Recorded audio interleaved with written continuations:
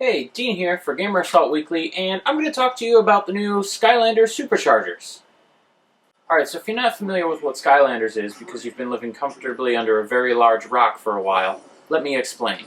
Skylanders was the first in the ever-growing line of Toys to Life games.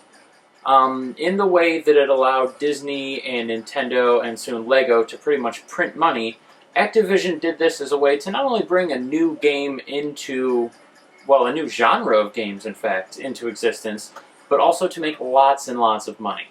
Because not only do you have to buy this game, but in the game are hundreds at this point of these little figures called Skylanders, and depending on which figure you put on the base that comes with the game, you get to play as that character in the game. So for a base of gamers that are already usually collective by nature anyway, giving you 100 little things to collect with your game is like printing money.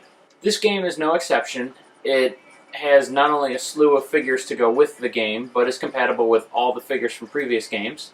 So if you missed those games by any chance, don't worry, you can still go through and buy all 100 figures to play in here. This game, however, did add something entirely new to the franchise. It opened up racing and vehicles. Picture, if you will, Star Fox and Mario Kart and Wave Race if Wave Race had guns. Because in this game you get planes, cars, and boats that you can pilot, and while you're driving them you get to destroy enemies, or go online, which is another first for the series, and race against other players. And speaking of online play, not only do they have the multiplayer races, but you can also go online and play cooperatively through any levels or missions that you may be stuck on. So it's added a lot of really cool features in this game into what was already actually a very solid game. The platforming in here is really good.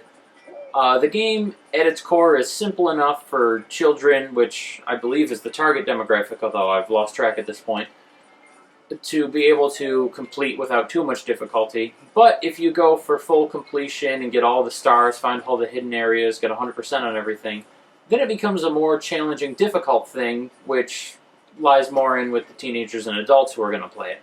So no matter who you are, how old you are, or how you want to play, you'll probably have a good time playing this. The dialogue is actually pretty funny, and the voice acting to go with it is definitely great. A lot of the voice actors are actually famous actors. For example, the main character, one of the main characters, Flynn, is voiced by Joe from Family Guy. There's also the evil Chaos, the villain antagonist in the game, who is voiced by Invader Zim. So it's interesting and fun and funny and just an all-around good game. It also has a lot of puzzle elements. On the screen I can show you here. There's always little mini games or puzzle bits that you have to go through and solve throughout the levels, as well as not necessarily a card game, but a small Sky Stones they call it, which is just another little mini game a la Final Fantasy and the various card games they've introduced. Same kind of deal. It's really fun. It breaks up the gameplay. It keeps it interesting as you're going along, and just gives you one more thing to try and get good at as you're playing through. Also, Activision was good this time around, and I never thought I'd say Activision was good, but they released the game not only for the Wii U, the Xbox One, and the PS4, but they actually opened it up a bit and also released it on the 360, the PS3, the Wii, and the 3DS, Vita, and I believe PC as well. So you can play this on pretty much any system you happen to be using. However, if you're playing some of the older or handheld consoles, you won't get the full game. You'll instead just get the Skylanders Superchargers Racing, which is just the racing feature of the game and not the full adventure platforming aspect.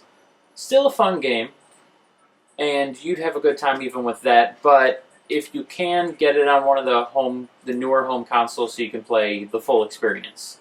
Speaking of, if you have your choice of consoles, I recommend the Wii U, only because Nintendo partnered with Activision in a move that was great on their part to release both Donkey Kong and Bowser Skylanders, which actually also double as amiibos. Simply by flipping the little switch on the bottom here, this now acts as an amiibo.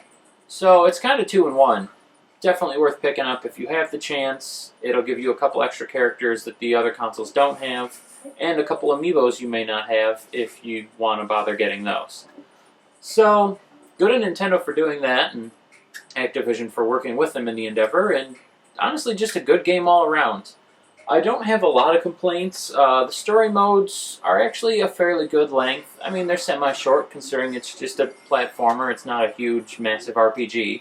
But with all the multiplayer elements and having to play back through to try and get 100% and find all the little hidden secrets you missed, you'll get a lot of gameplay out of this. And now that it's online, it's going to give you even more. So it's definitely a worthwhile investment. The only downside is, if you do have the previous games, the portal you used before to put the little characters on does not work with the new game, so you have to get a full starter pack with the new portal.